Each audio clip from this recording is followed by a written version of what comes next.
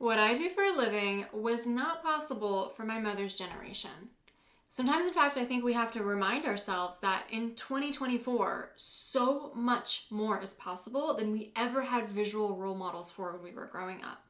I mean, this might be annoying, but at the same time, we have to recognize that there are 18-year-old people on TikTok and YouTube making millions of dollars, right? There are so many more options that we have than the, 5 career choices that we felt like we had to choose when we were in high school. There's so much more opportunity and possibility because of the way that the internet connects us and the way that people have drawn into personal development and the sober curious movement, and how personal learning and the ability to want to change your life has now become on the forefront of our consciousness. When I was graduating college, what I do for a living wasn't really possible. I mean, in so many ways, coaching has existed, maybe since the 50s, 60s, 70s. But back then, I mean, to launch a business in this arena, what were you going to do? Make a flyer and post it in Starbucks? Or, maybe rent a billboard broadcasting your services, right? It was nearly impossible for someone, a person of one, with no backed financing to actually build a sustainable personal brand back then. It was really incredibly hard. And what I am doing today, I graduated from college in 2009. Let's be real about that. In 2009, Facebook barely started. Instagram wasn't around. Even though, of course, we had the internet back then, the way that we are connected all together now in 2024 didn't exist back then. I could never have had the coaching business I have today back in 2009. It's weird for me to say, right? We're so used to saying 20 everything. And I want to remember that, the things that are possible today, sometimes we don't always recognize them. It wasn't really that long ago that just 50 years ago, a woman needed a man, her husband, to co-sign on a business loan. A woman needed a man to open a credit card. A woman needed a man just to open a business or any kind of checking account. We don't even realize sometimes that this is the reality that our mothers grew up with. This is the reality that our grandmothers fought for. My grandmother was born in 1923. The one that I'm most close with, who raised me. And that was 2 years after women attained the right to vote in the United States. We have to remember that the women in our previous generations, going back and back and back, they went through wars. They went through famine. They went through poverty that we can't even imagine today. They went through, unmedicated childbirth and no modern medicine. They died in their 50s and 60s. They raised 10 kids and fed them potatoes to be able to live and survive. Those women are the strongest part of our lineage. They have literally shaped who you are to become. They survived for you. Do you ever come to think about how unlikely it actually is for all of your ancestors to have survived to create you? That just literally within the last 400 years, 4,096 of your ancestors survived to childbearing years so that you could be here. If any one of those people, any one of those 4,096 people would have died in childhood, died from some incurable disease, died from malnourishment, you wouldn't be here today. And when my grandmother was born in 1923, she just missed World War I. In fact, my other grandmother on my mother's side was actually born in 1908. So my grandmother on my mother's side, who I unfortunately wasn't able to meet, she passed before I was born. She survived World War I, right? What is this? She went to the forest. There was no food in Poland. Both World War I and World War II were fought in Poland. And this is the country where my family comes from. And she would go into forests and find mushrooms to pick, not only to feed herself and her family, but also to sell in the black market so that they could find other forms of nourishment and other forms of food. They even had to eat bark, right? My grandmother on that side hated mushrooms for the rest of her life because of that traumatic experience. And then, not too much later, 15 years later, 20 years later, after World War I, after everyone survives this incredible, horrible war that tore so many people apart that most of us don't even have in our consciousness anymore because we don't even know anyone who was alive in that time, World War II breaks out, right? My grandmother on my father's side had really visceral experiences with World War II. I mean, I've kind of gone into it in another podcast episode, so I don't want to like break down and cry right now by just telling you the whole story. But she barely survived a bombing. My father are both. My father was actually born during World War II. My grandpa was taken to a concentration camp. My grandpa on my mother's side was also taken to a concentration camp. And just so, in case you're curious, I actually don't have any Jewish lineage or heritage. Over 6 million Polish people were also taken to labor in concentration camps. I have these great uncles on my mother's side. So my grandmother's brothers, she had 4 brothers. Every single one of them perished in World War II. One of them was murdered on the street by a Nazi soldier. The other was taken to a gulag in Siberia and passed from all the crazy over labor and the freezing to death there. Another was taken to Katyn and murdered. I don't know if you've ever heard of the Katyn massacre, but a ton of Polish officers and army men were taken by the Russians to Katyn, and they were massacred and then buried there. And most people didn't even find out about it until the 90s. It was like a hidden secret of the war. And then my last great uncle, he was taken to another labor camp and he escaped, but he never made it home. So he probably didn't make it. And what I think is interesting about sharing this with you is that out of the 4,096 relatives that we are directly related to, a lot of the people on the side, the great uncles, the great aunts, like they didn't survive. They didn't survive. At least in my history, my great uncles, none of them survived. But my grandmother did. And my grandfather did. And the other grandmother and the other grandfather did. My other grandfather that was taken to a concentration camp barely survived. And that is another incredible story. I'm going to write a book about all this one day. So actually, I'm already working on the book. And I have so many stories to share in there because of this really traumatic family history that I come from. So I want to make the point clear that, I have people in my family line, the uncles, the aunts, they didn't survive, but the grandparents did. And so it's really critical for you to understand too that when I say that 4,096 people in your lineage survived for you to be here, those are your direct great-grandparents. And if any one of them would have perished from famine, from wars, from poverty, from serfdom, from immigration, from unsanitary conditions, all the crazy things that we don't really have to deal with in our modern era anymore that they did, you wouldn't be here. And so I actually take it as great meaning in my life. I think I'm a meaning maker, where I don't just let these things pass me by. Maybe I did when I was still drinking, but alcohol-free, I recognize the meaning embedded in these things. And I've come to make so much meaning out of the fact that my ancestors survived for me. That they, literally, I'm standing on the shoulders of giants. I'm standing on the shoulders of people who I can't even fathom how they survived. Trust me, I don't want to go back and have to survive through World War II. I don't want to have to go back and pick mushrooms in World War I and starve to death. I can't even imagine what they went through. And even if you're not as connected to this history in your family, your ancestors survived crazy things too. It's inevitable. If we're just students of history, we can all understand that. I never want to have to go back and relive the things that they lived. And so we have to understand that we're standing on the shoulders of giants, people who survived for us. And what are we doing with that? Are we wasting away our dreams? I mean, can you imagine this reality that like our grandparents and our great-grandparents went through, and they look at our lives and they're like, you're the luckiest ancestor of all. You are so lucky. Everything you have is at your fingertips. Oh my gosh. You can just deliver food with the Uber and order it. Like, you have this ability to have a business and to change lives. Like, you can fly all over the world. I mean, I never understand when I meet people who don't like to travel. I'm obsessed with traveling, but traveling wasn't really a thing until the 70s. Like, you could not just get on an airplane and go anywhere in the world until the 70s. And even then, you had to have enough resources to be able to do so. 100 years ago, nobody went around the world unless you were some kind of pioneer on a ship or something like that.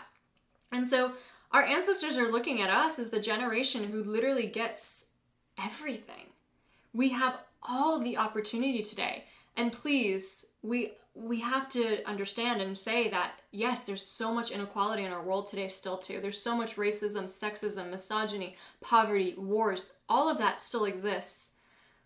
But it's never existed to this smaller extent compared it did to other generations, right? Like, I think we can all agree on that history is showing that we do have more opportunity, that things are getting better, at least as an upward trend over time, versus maybe obviously some years might be better than others for us.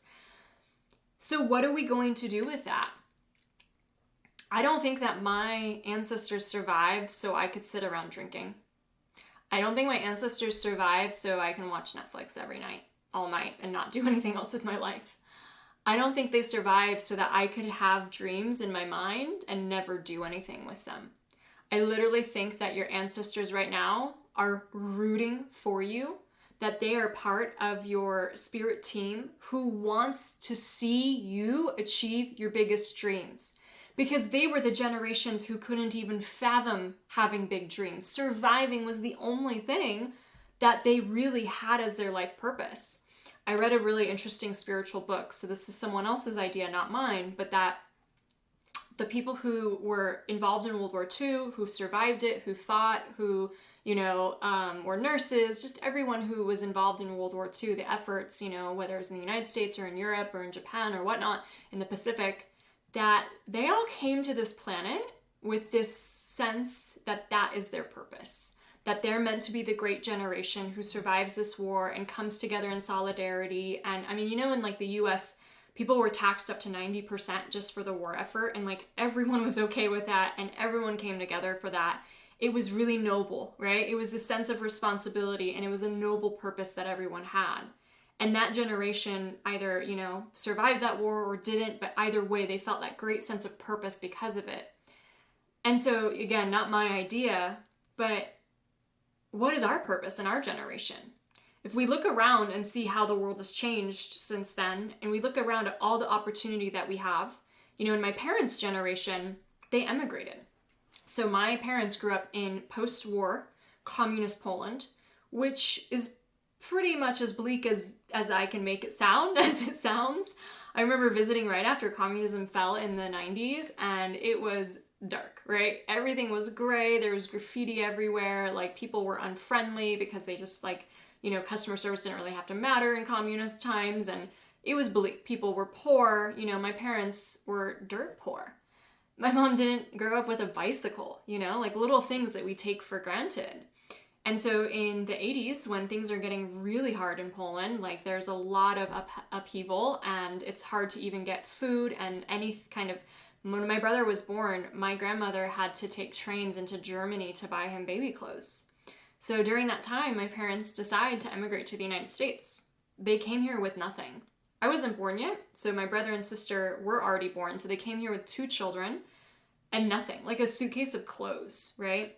They didn't really speak the language. They didn't know what they were doing. I have so much respect and honor and privilege to my parents that I owe them because of that decision that they made, that really hard decision that they made to leave everything behind. And at that time in communist Poland, they were defecting in essence. Like they thought at that time that they would never be able to go back. They're leaving behind everything they knew. Their whole family was there, everything they knew, right? To come to this foreign country to make a better life for their children. And my parents did the best they could. And, for them in their generation, that looked like being really frugal, right? My parents started their work as professionals. They saved every penny. So frugal. I never grew up going to a restaurant. I never had like new clothes or anything. My food was really funny and different because it was foreign. Like I kind of grew up with this mentality that you're not allowed to spend money. My father would get paid actually his vacations. So instead of taking a vacation, he would get paid his vacation. So for 10 years, my parents never took a vacation, ever. The only time we had family vacation is when we went on camping trips, and my father would get home from work at 5 or 6 p.m. and he'd load us all up in the car. We had a big van at that point. He'd put the dog in the car, load us all up, and we would drive like 8 hours to get into the mountains. We'd get there at like 2 a.m. He'd set up the tent. We'd spend the weekend, and he would drive back on Monday because it was like a 3-day weekend or something. Like, that's my childhood. And I watched this example of parents who worked so hard to give us, the children, the opportunity. And in their time, they followed the rule book for success. They both had white collar jobs. They were professionals. They got into, safer industries where they would get a pension or a retirement plan. Like, they did everything by the book. And I think the previous generations were also doing that. They were also maximizing what they could to get to the level of success that they're hoping to pass down to future generations. And so the thing is that we're brought up by these people. We're brought up by these people who believe so much in the stable job. They believe in the retirement plan. They believe in the health insurance. They want to see you thriving. They want you to be an accountant or a finance professional or a lawyer or a doctor. Like, they believe so much in these traditional fields because that's what was available to them as the best opportunities. But now we live in 2024 where the world's kind of upside down on all of that. There's people on TikTok making more money than their doctors are making, and they working a few hours a week versus slaving away for 80 hours a week.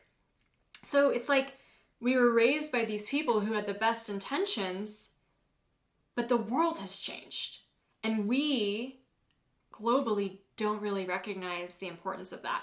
They say that in 20 years, because of technology, because of AI, because of just the way the world's going, most of our jobs, like 80% of our jobs, will be obsolete, and most of the new jobs that will be available, like, we've never even heard of. Like, we don't even understand what those will be. So we are living in a time of rapid change. And when you have a dream of being an entrepreneur, for example, that dream, I was just speaking with my father about this the other weekend, because when I told my parents that I left behind a stable job at a prestigious university, they were shocked. My mom made the sound of an animal shriek when I told her. They were so shocked. They thought I was throwing everything away. And as I've gotten more successful and we've had more heart-to-hearts and stuff, my father's really explained it to me. When he came here, he couldn't even launch a business if he wanted to. He didn't know the language, he didn't have any money, he didn't have any connections. And back then, those were the rules of the game, right? So entrepreneurship often isn't even put down as an option for us. We don't even consider it as an optional career path because most of the time we've never seen anything like that in our families. And if we have seen entrepreneurship in our families, it's really the hard type, right? The hard type that other generations had to go through to get to where we are. We've never seen anyone in our families launch an online business and make millions on the internet. No one in our family has done that, right? Unless you have like a younger sister who's like a pro at those kind of things. Your mom hasn't done that. Your dad hasn't done that. Your grandmother hasn't done that. We don't have role models for that. So we see the people online doing it. We see people doing it that you admire, that you respect, the authors, the thought leaders, the coaches online, they seem to be doing it. But in your mind, it doesn't seem possible because it's not what you were raised with. It's not what was programmed for you. And so it does seem like some kind of impossible thing. And so we start to become really logical then. We start to be logical and think that my dreams are fantasies, and being realistic and responsible and fiscally responsible means working my regular 9 to 5. What if it's backwards? What if we live in a world today where the things that were possible for my grandmother weren't possible for her great-grandmother? And the things that are possible for my mom weren't possible for her grandma. And the things that are possible for me aren't possible for my grandma or my mom. And we don't recognize that so much is possible, so much more is at our fingertips today than ever before. And we're still operating by the same mindset as our parents or our grandparents, which is probably the case because that is how our subconscious was programmed. What if it is our honor and our duty and our responsibility to take the opportunities that our parents and grandparents and great-grandparents never had and run with them? What if everybody you're related to who has passed on is actually rooting for you to do that, to pick up the torch and take the family name and the legacy further than any one of them had the possibility to do so? Don't you think they would want that for you? Don't you think they would want to see you thriving and taking your dreams seriously? I mean, where do you think your dreams came from to begin with? They're not fantasies. They're not delusional. They're not something you randomly picked up. They are a future memory. They are guides and signs that are trying to point you in the direction of achieving your biggest dreams, because it is your destiny. It is your legacy. And we're over here thinking it's not logical. We're over here thinking it's not possible. We're over here thinking it's better not to follow our heart. We should follow our logic. And our logic isn't actually logic. Our logic is our programming. Our programming was placed into our subconscious minds as children and young adults, and from global beliefs all around us, to tell us what other people thought was possible, based on their realities, in their generations, in their historical eras that they lived in. That has no bearing on what is possible for you today. Now, there's a powerful idea of the coaching mindset. I'm obsessed with the coaching mindset. It is an idea that if you change your internal reality, you can change your external reality. That if you change how you approach how you think about things, you can have anything you want in your external reality. Now, it's not as easy as snapping your fingers. It takes a lot of inner work. But when some people see a closed door, a coach sees the window opening. When someone else sees that this is never going to work and I should give up, a coach finds another solution and finds another angle that hasn't been tried yet. When someone is, not believing in their dreams, a coach sees that anything is possible for you, which means that anything must be possible for me too. I think that's what's so beautiful about being a coach too, is that it's actually quite easy to do this for other people. Like if you have a big heart and you believe in women's empowerment, or you love connecting with people's visions and big ideas, like there's nothing more exciting to me than being in the presence of a woman who's sharing her big goals with me. And that's why I love, the process I've had to interview people for the Empowered AF Coach certification, is I ask them their big dreams and goals. And just the very act of telling them to me, and that's who you're speaking to. Like when you apply for the certification, you're not speaking to my team. You're not speaking to some random person I hired. It's me. Like we get to talk about your biggest goals and dreams. Just by telling me those goals and dreams, you're 80% more likely to achieve them. Because they go from little secrets in your mind that you think are delusional or a fantasy, and they become concrete. And someone else sees the vision for you. Someone else sees what's possible for you. And that's why I'm obsessed with being a coach, because it's one of the most natural things you can be when you already believe in empowerment, where you already are rooting for other people, when you already see the diamonds in other people. But it's also the lessons then you apply to yourself. If we're going to be coaches who believe in other people's dreams, we must therefore, at least by theory, start to approach our own lives like that. And I think it's really sacred to recognize that we're in 2024. So much more is possible than ever was from any other generation in time. And I think that we have a duty and an honor and a privilege to actually do something with that. To stop with the overwhelm and the excuses and all the things we do to fill our time that are not serving us, and to actually take our dreams seriously as the most serious thing we could ever do on this planet. Because, for example, one of the incredible women in the certification program, she's a mom of 4. That's a lot of kids, right? 4 kids, it's a lot of kids.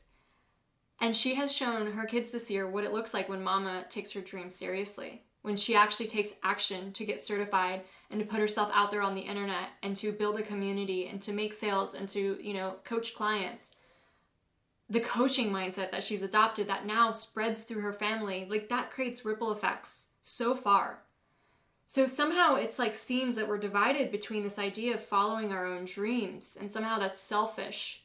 And then this other aspect of being more logical or more family oriented, and somehow they're at odds with each other. And they seem to be at odds with each other because that's a global belief that we have, that those are two separate categories and you can't do both of them well. And I don't believe that's true. I believe it is actually safer to bet on yourself than an employer. I believe that it's safer to make yourself rich than an employer rich. I believe that it's safer to invest in yourself than anything else you can invest in. I believe that it's safer to follow your dreams and take them seriously than do that for somebody else. I believe that the passion and energy you get when you actually take the things that you want seriously and really take big moves and take big action to move forward with it is the passion and the energy that makes all the other life stuff so much easier. When I started my coaching business, I was working a full-time job. I was, at that point, like at the height of my career in that full-time job, even though I was still an under-earner working at a nonprofit, I had a lot more responsibilities on my plate. I had a lot of initiatives on my plate. I actually launched a small business development center at the university that I worked at, which was pretty phenomenal of a feat. And I had a lot going on, right? I was also remodeling the house in the middle of that. I was the one that was working with the contractor and not having a nice space to work in because of that. I was also running a half marathon, so my husband and I had signed up for a half marathon. And my father had a second bout of stage 4 cancer. So I was terrified that I could lose him that year. I spent every weekend I could visiting him, right? And I didn't live close to him, so it'd be an hour, 2-hour drive just to go see my father every weekend. That's many years later, and he's in remission, so I'm very glad to report that. But let's just say that I was pretty busy when I started my coaching business. And it could have been so easy for me to say, this isn't the right time. I have way too much on my plate. All the excuses. Last week's episode, I talked a lot about how I almost missed out on making over $1 million because of some of the excuses and some of the limiting beliefs I used to have. And so I could have done the same thing again and say, I'm not ready. I have too much on my plate right now. But I think what we don't recognize is that life is overwhelming because we're not stepped fully into our power and our purpose. When we are fully stepped into our power and our purpose, we derive such an energy, such a passion from that spills over into every other area of our life. Now, it's definitely possible to have a coaching business and to still be really overwhelmed. And that's often when we give our power away, right? We get stuck in the to-dos, the overwhelm, the just feeling that we're not doing enough. That's not what I'm talking about, right? So if any of you business owners are listening and you're like, I don't know, Karolina, I don't know where this energy is coming from. And so it's not every day that I have the most energy in the whole world, right? But the more I step into my power and my purpose, the more I do things that are solely aligned for my mission and my movement, the more energy and passion I have. And it's only when I give away my power and get into the overwhelm and the to-dos and the comparisonitis and all that BS that doesn't serve us that power is drained and then the energy is drained too. So if you could take away that your ancestors survived for you to do something very big and bold in your life, something that they never had the opportunity to do, are you going to take that up?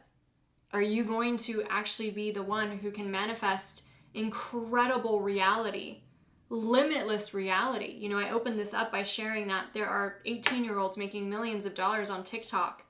There are people who work a few hours a week and travel all over the world and have a multi-million-dollar business. It is possible in our era, today, now.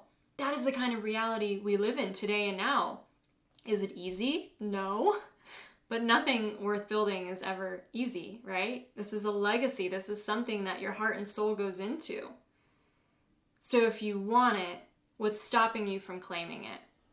And maybe sometimes we have to recognize that the strength of our ancestors, the ones who survived, even if we don't know anything about them, or there's trauma in our history, or even traumatic upbringings, these people went through some rough things for us to be here. If you have immigration in your family, for example, there was an ancestor who said, I'm gonna leave everything behind and start anew as a pauper in this new country. That's wild, right? And here we are, we don't even travel. Any one of us can get on a magical tube that can take us anywhere in the world, and we don't even take advantage of that. So 2 steps for you from this episode. 1, take your dreams seriously. There are ancestor spirit guides right now who are rooting for you, who had basically sacrificed their lives so that you could have this life, so that you could be the one in the family legacy, in the family history, to achieve the wildest dreams. And when you do that, you change so many lives. You give permission to so many women to do that. Even the things that we think sound selfish. So, coaching obviously is a career in an industry where you're intimately helping people, right? But let's say that your dream is just to quit your job and travel the world. Maybe it sounds kind of selfish on the forefront. But do you remember the premise of Eat, Pray, Love? Right? Julia Roberts in that movie and the book, obviously, Elizabeth, she quits her job, she leaves behind everyone she knows, and she travels to 3 countries. How incredible was that movie and that book because of the permission it gave women all around the world to follow their hearts, to live life, to experience beautiful adventures. That wasn't selfish. It was actually something that changed so many people's lives. And when you go for your dreams and you take them seriously and you get the mentorship and the support and you go all in on them, you give other women permission to do the same. So if it ever feels like they're not possible, your dreams aren't possible, just remember that you're operating from a brain that was programmed by people who lived in a different time and place than you did, where some of the stuff maybe was a little harder, a little bit more impossible. And I want you to recognize that there's a profound opportunity in front of you today.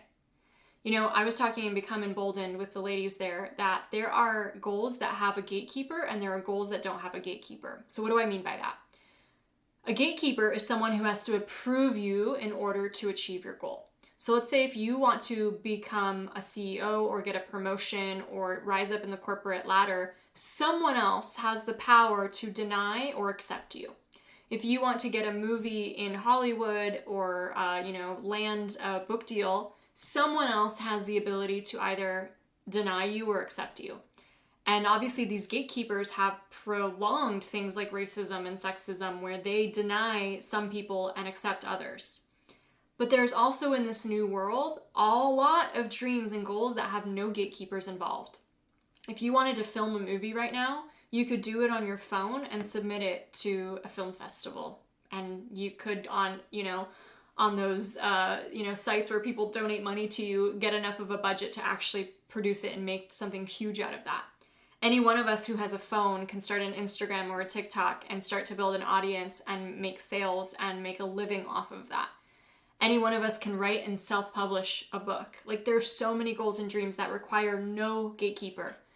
And the people in our past, our parents, our grandparents, our great-grandparents, a lot of their lives were always controlled by a gatekeeper. And it really is now in 2024 that so much more freedom and autonomy has been given to us that that's not necessarily the case anymore. So are you still operating as if your dreams are impossible because you don't believe that they're logical or reasonable?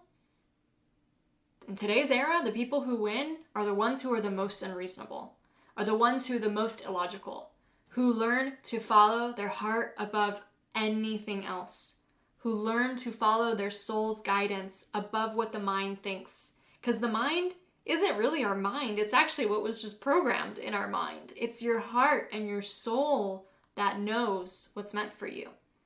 And it's a real skill to start learning to listen to your heart, even when it doesn't make sense. I hope this has fired you up. I hope you are going to make a commitment and focus on that big, beautiful dream of yours, making the next step happen. If nothing else, I hope you buy a plane ticket and go somewhere and have a great adventure because you deserve it. And just remember, grandma wasn't able to do that when she was growing up, okay? Right? This is the opportunity in the world we live in. And if you're interested in really making a career out of helping other people and being a leader in the alcohol-free space, in helping people achieve their greatest versions of success in their dreams, I'd love to call you in to the Empowered AF Coach certification. We close doors so soon. Our first call is on Friday. So if you're listening to this, it means it's a sign that there's one more spot available for you. And if you're listening to this and we haven't talked yet, I want you to book a call on my calendar ASAP. We will get to talk and share your big goals and dreams and see if the program is the right fit for you. And if you're listening and we've already talked and you're still on the fence and you haven't submitted to join us yet, I hope your soul and your heart knows the answer now. I hope you know to move forward and to take those beautiful goals and dreams and to be the legacy that will show your children and future generations what's possible for you. Because the thing is that at the end of the day, when we're 90 years old, we will regret the things we didn't do. We will regret the things that we were too scared to do. And at that 90-year-old vantage point, everything will seem kind of silly that we were even scared of that. Everything that feels like a block will seem silly. Like, doesn't that happen in hindsight? I remember when I, quit my day job and really went into my business. This was the first year I made 6 figures. I was so caught up in potentially feeling like it could cause a rift in my marriage.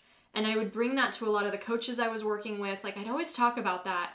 And looking back in hindsight, I don't even know what I was worried about. There was nothing to even talk about. Obviously, I had to process it, but it's just so funny how we make up these things in our head that stop us from really moving forward.